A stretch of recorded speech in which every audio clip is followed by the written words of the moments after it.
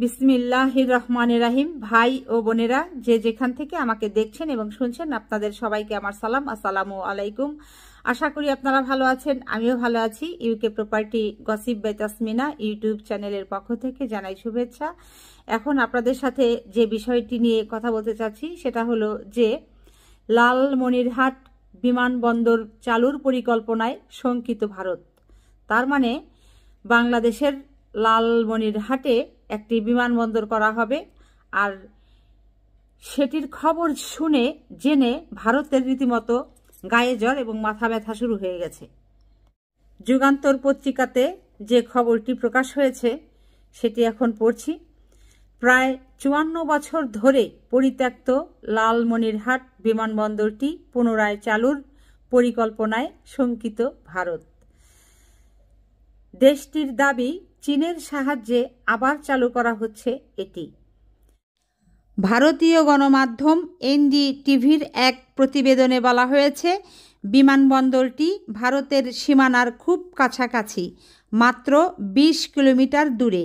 এটি ভারতের শিলিগুড়ি করিডোরের কাছাকাছি, যাকে চিকেন নেক বলা হয়। যদিও গুগল ম্যাপ ও বাংলাদেশ সহ পার্শ্ববর্তী কয়েকটি দেশের মানচিত্র ঘেঁটে দেখা যায়, লালমনিরহাট বিমানবন্দর থেকে ভারতের চিকেন নেক খ্যাত শিলিগুড়ি করিডোরের দূরত্ব ১৬০ কিলোমিটার।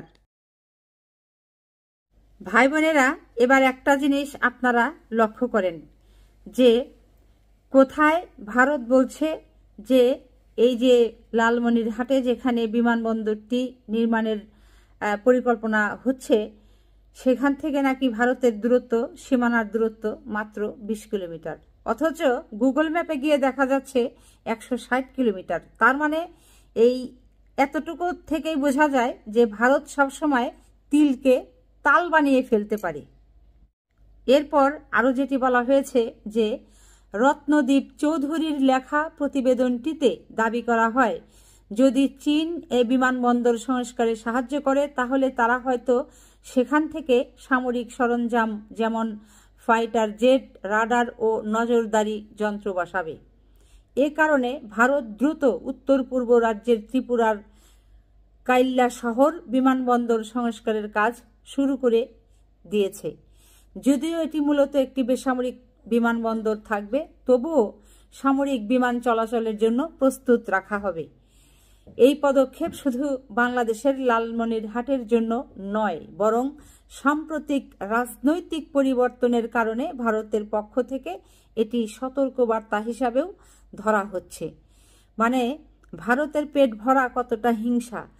এই লালমনিরহাটে যদি বিমানবন্দর করা হয় সেটি কি কি হতে পারে এই তারা আগেই জল্পনা কল্পনা শুরু করে দিয়েছে, এবং সেটিকে দমানোর জন্য তারা আবার পাল্লা দিয়ে আরেকটি বিমানবন্দর ওখানে তৈরি করার পরিকল্পনা করছে।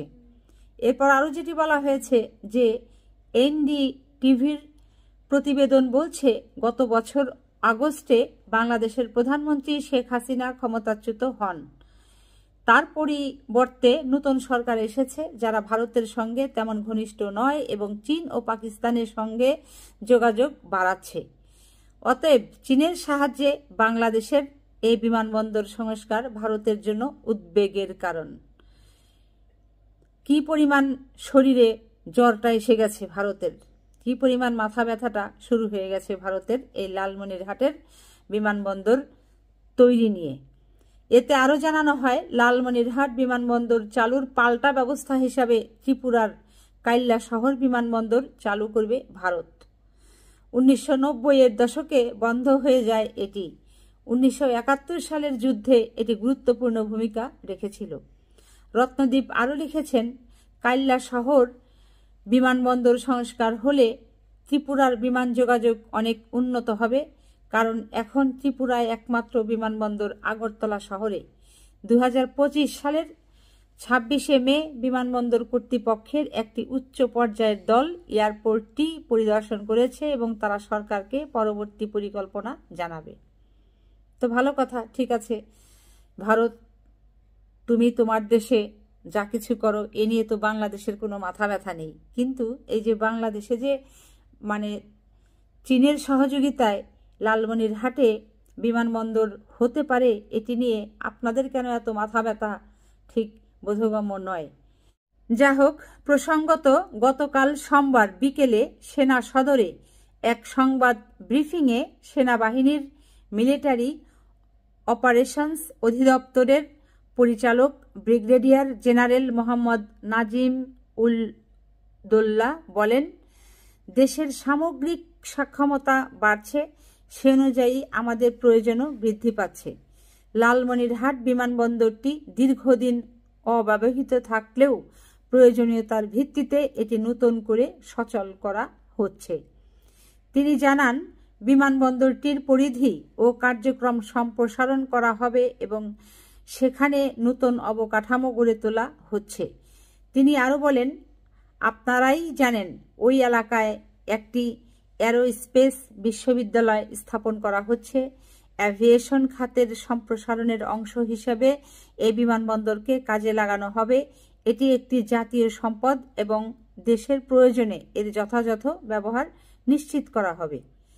এই খবরটি অত্যন্ত বাংলাদেশের জন্য এই মুহূর্তের মানে খুব কি বলবো সময় উপযোগী একটি পদক্ষেপ, চিন্তা, এবং সেটির যদি বাস্তবায়ন সত্যি সত্যি হয়, আমি বলবো যে মানে এর চেয়ে বাংলাদেশের জন্য, বাংলাদেশের মানুষের জন্য, বাংলাদেশের আগামীর যারা প্রজন্ম আছে, ভবিষ্যৎ আছে, এদের জন্য এটি একটি বিশাল সুখবর।